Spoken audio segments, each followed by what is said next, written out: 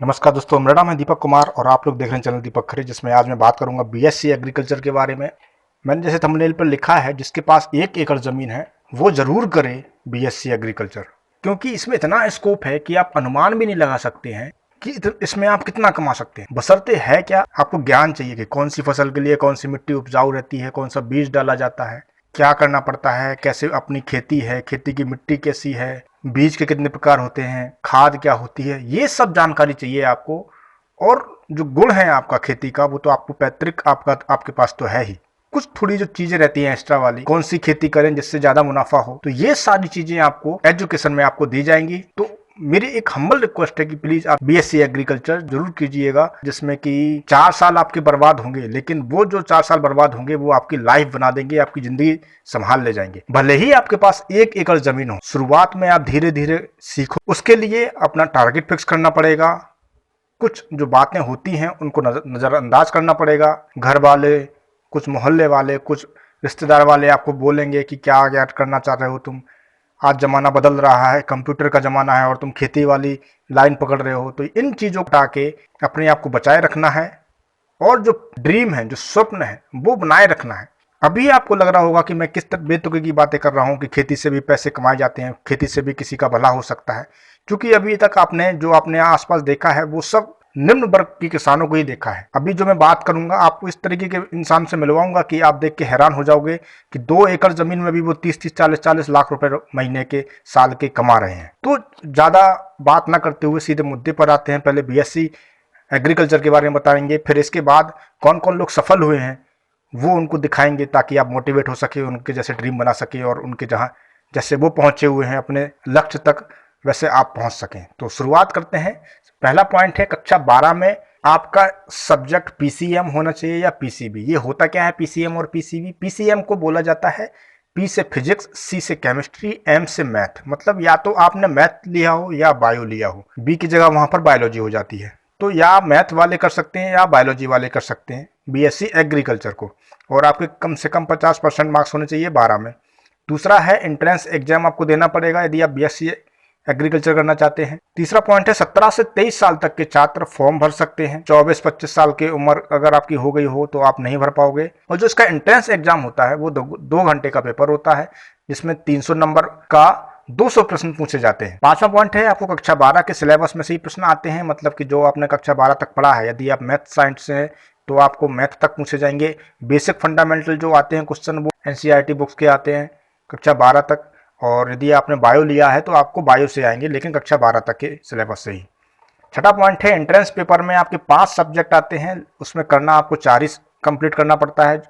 जैसे आप देख पा रहे हो, मेंटल एबिलिटी है, 25 प्रश्न इसके आते हैं, केमिस्ट्री के 25 प्रश्न, एग्रीकल्चर के 50 प्रश्न आते हैं। ये आपको अलग से पढ़ना पड़ेगा यदि आपने अभी तक पढ़ा नहीं होगा। एग्रीकल्चर का मटेरियल आपको मिल जाएगा ऑनलाइन, यदि आप चाहते हैं तो मैं आपको एक वेबसाइट बता दूंगा, वहाँ पर पिछले साल के पेपर आ रखे होंगे 8-10 साल लगातार के, तो वहाँ पर जाके आप चेक कर सकते हैं किस तरीके के पेपर होते हैं। इसके बाद फिजिक्स और मैथ के 50 प्रश्न आते हैं, और बॉटनी और जूलॉजी के 50 प्रश्न। इन दोनों में से जो भी आप लिए हो, फिजिक्स लिए हो, मैथ लिए हो तो मैथ के प्रश्न करना पड़ेगा, और बायोलॉजी लिए हो तो ये बायोलॉजी वाले करने पड़ेंगे, बॉटनी और जूलॉजी। सातवां पॉइंट है, 4 साल का ये कोर्स होता है। वैसे बीएससी सारे 3 साल के रहते हैं, लेकिन इसमें क्या है, 1 साल आपका प्रैक्टिकली नॉलेज भी दिया जाता है, तो प्रैक्टिकल के लिए 1 साल इसमें एक्स्ट्रा हो जाता है, इसलिए 4 साल का हो जाता है। और इसमें जो पेपर होंगे आपको वो सेमेस्टर वाइज होते हैं। सेमेस्टर क्या होता है? सेमेस्टर में होता है हर 6 महीने में एक पेपर होता है, और 1 साल में 2 पेपर। 8 सेमेस्टर होंगे 4 साल में, मतलब कि हर साल में 2 पेपर होंगे। इसके बाद 8वां पॉइंट है, बेस्ट बीएससी एग्रीकल्चर कॉलेज। कौन कौन से ऐसे कॉलेज हैं जो अच्छे हैं, बेहतरीन हैं? तो जो मेरी खुद की राय है, जो बीएचयू है, बनारस यूनिवर्सिटी, वो बेस्ट है। इसके बाद यदि हम बात करें तो जीबी पंत है, वो भारत का सबसे पहला एग्रीकल्चर यूनिवर्सिटी है, यहीं पे सबसे पहले स्टार्ट हुई थी जीबी पंत में। तो ये भी बहुत अच्छा है कॉलेज, यहाँ से आप अगर हो सके तो करने की कोशिश करना, क्योंकि इंस्टीट्यूट, कॉलेज, प्राइवेट कॉलेज तो बहुत सारे हैं, लेकिन इम्पोर्टेंट क्या है, आज वहाँ पर जो नॉलेज है वो टीचर लोग सही तरीके से नहीं दे पाते हैं, क्योंकि एग्रीकल्चर का पूरा काम होता है खेती में, खेती-बाड़ी करना। तो खेती में वहाँ पे जाके, वहाँ पर रुककर अच्छी तरीके से समझाना पड़ता है। तो ये जो प्राइवेट कॉलेज रहते हैं वहाँ पर ये मेहनत नहीं करना चाहते हैं। और जो बेस्ट कॉलेज हैं, तो कोशिश किया करो कि बेस्ट जो कॉलेज है आपको वो मिल सके। तो ICAR एक इंट्रेंस टेस्ट होता है, उसके जरिए आपको कॉलेज मिलते हैं, वो देना पड़ता है, या फिर हर स्टेट का अपना अलग अलग रहता है इंट्रेंस एग्जाम्स, वो भी आपको क्लियर करना पड़ेगा, तब जाके आप हर जगह पर अलग अलग दे सकते हैं। क्योंकि एक प्राइवेट यूनिवर्सिटी है जो बेस्ट है इसमें, लवली प्रोफेशनल यूनिवर्सिटी। इसमें एक लड़की का हुआ था 1 करोड़ का पैकेज मिला था उसे, 1 साल के 1 करोड़ रुपए के उसे मिले थे। तो ये बहुत बेस्ट यूनिवर्सिटी है, चूँकि यहाँ पर बहुत महंगी इसमें पढ़ाई होती है BSc एग्रीकल्चर की। इसके अलावा और भी देख पा रहे होगे आप यूनिवर्सिटी, जैसे दिल्ली यूनिवर्सिटी है, YS परमार यूनिवर्सिटी हिमाचल में है, तमिलनाडु एग्रीकल्चर यूनिवर्सिटी है, आचार्य NG रंगा एग्रीकल्चर हैदराबाद में है, केरला एग्रीकल्चर है, पंजाब एग्रीकल्चर है, महात्मा फूले कृषि विद्यापीठ है। और नौकरी कौन सी मिलती है, इंपॉर्टेंट ये है पॉइंट है, नौकरी कहाँ मिलती है, किस पोस्ट में मिलती है, और प्राइवेट सरकारी दोनों मैं बता रहा हूँ, बाद में आपको क्लियर करवा दूंगा अलग अलग। पहला है एग्रीकल्चर रिसर्च साइंटिस्ट की है, subject matter specialist in different कृषि विज्ञान केंद्र KVKS बोला जाता है, जैसे एक्सटेंशन ऑफिसर है, फील्ड ऑफिसर है, फार्म मैनेजर की पोस्ट मिलती है आपको, एग्रीकल्चर ऑफिसर की भी पोस्ट रहती है, इसमें आप अप्लाई कर सकते हो, प्लांटेशन मैनेजर की पोस्ट रहती है, रिसर्च ऑफिसर की, agriculture loan officer in banks, ये सबसे इंपॉर्टेंट है। बैंक में जो रहती है एग्रीकल्चर लोन ऑफिसर में होता क्या है, इसमें आपको चेक करना पड़ता है, जिसको भी लोन दोगे तो वहाँ पे उनके एग्रीकल्चर में जाके देखना पड़ता है कि उपजाऊ है कि बंजर भूमि है। तो ये सब के लिए ये जो बैंक है ये सबसे इम्पोर्टेंट रहती है, और सभी की यही चुनिंदा ये जॉब रहती है अगर आप एग्रीकल्चर से BSc कर रहे हो। इसके बाद आता है quality officers, productions manager, operations manager in fertiliser units, business development manager, food processing units in governments और एग्रीप्रेन्योरशिप्स।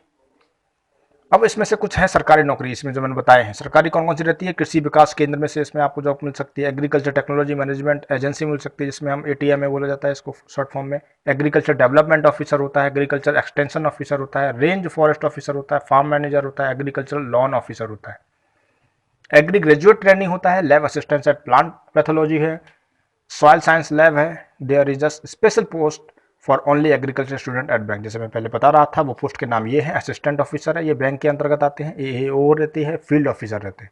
तो ये कुछ पोस्ट है जो आप BSc एग्रीकल्चर कर लोगे अच्छी तरीके से, अच्छे कॉलेज से, तब जाके आप यहाँ पर अप्लाई कर सकते हो और अच्छी सैलरी पे जॉब पा सकते हैं। अब हम बात करते हैं सैलरी की, तो प्राइवेट नौकरी में आपकी शुरुआती सैलरी 20 से 25 हज़ार आसानी से मिल जाएंगे आपको, लेकिन जो सरकारी नौकरी करने पर आपकी शुरुआती सैलरी रहेगी 40,000 से 60,000 रुपये तक के बीच में, प्रत्येक महीने की बात कर रहे हैं, और धीरे धीरे ये 1 लाख 1.5 लाख तक पहुंच जाती है।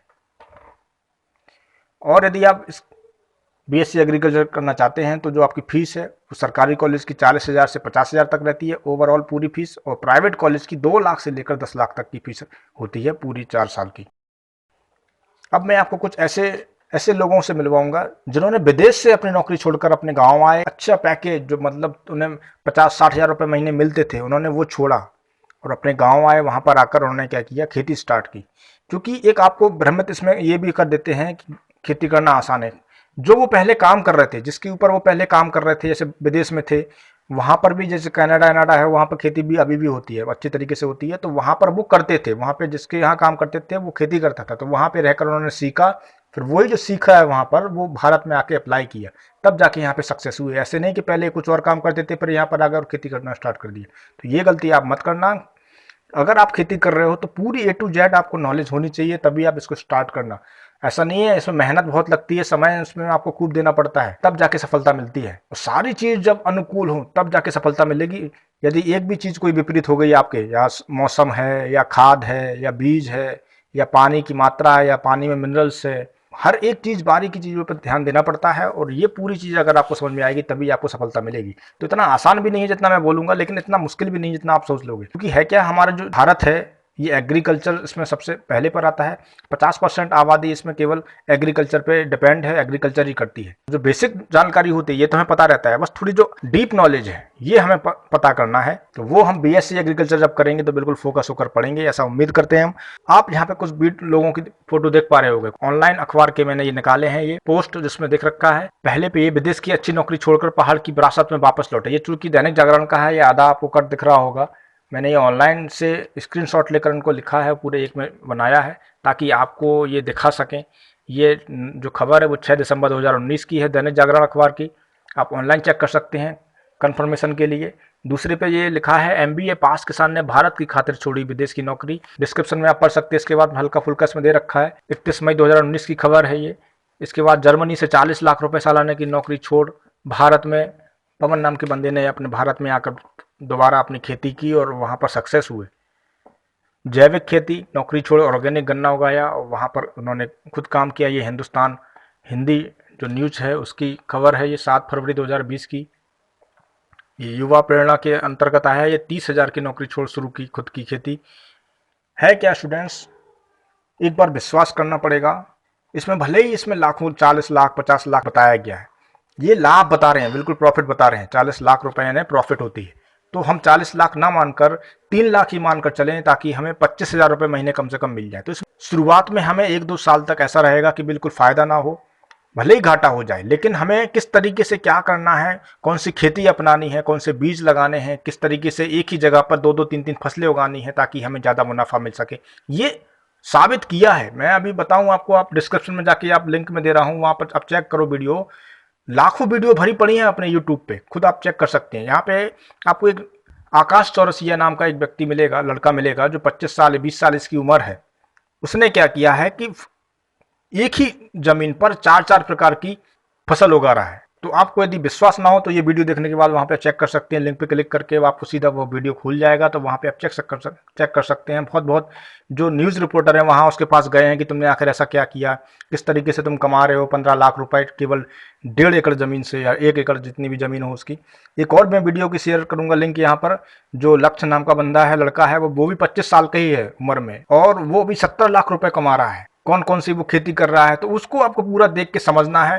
पूरा सबसे पहले आपको टारगेट बनाना है कि BSc एग्रीकल्चर आपको क्यों करना है, आप कौन सी खेती करोगे, और उस खेती के बारे में पूरी डीप नॉलेज लेनी है आपको। कौन सी खाद देनी पड़ती है, कौन सा बीज लगाना पड़ता है, बीज कहाँ मिलता है, पानी कितना देना पड़ता है, मात्र एक बीज पर कितने पानी की मात्रा होती है, हर महीने में कितनी बार पानी देना पड़ता है, ज़्यादा पानी कब हो जाता है, कम पानी कब रहता है। तो इतनी छोटी से छोटी पॉइंट आप बनाते चलोगे जब पढ़ते समय, और ये नोट करते चलोगे, तब हमें नहीं लगता है कि आप कहीं असफल होगे। भले ही 1-2 बार आप असफल हो जाओ, तो उन असफलताओं से आपको समझना है, सीखना है, और अपना जो लक्ष्य बनाया है कि 1.5-2 बीघा में जो एकड़ जितनी भी ज़मीन हो आपकी, उसमें आपको सक्सेस होना है। मतलब 25-30 हज़ार रुपये महीने की आप आसानी से कमा सकते हो, बशर्ते अपने आप को फोकस रखना है। लोग बुराई करेंगे, उनकी बुराई को नज़रअंदाज करना है। सफलता उनको दिखानी है, तो अपने आप वो खुद आपसे पूछेंगे कि हमारा भी कुछ ऐसा भला कर दो और हमें भी कुछ ऐसा करवा दो ताकि हम भी जीवन यापन सही करने लगें। तो बहुत बहुत धन्यवाद दोस्तों वीडियो को देखने के लिए। होप सो आपको ये वीडियो पसंद आई हो। कमेंट करके ज़रूर पूछिएगा, जितने जल्दी हो सकूँगा आपका रिप्लाई करूँगा। तो बहुत बहुत धन्यवाद वीडियो को देखने के लिए। शुक्रिया। जय हिंद, जय भारत।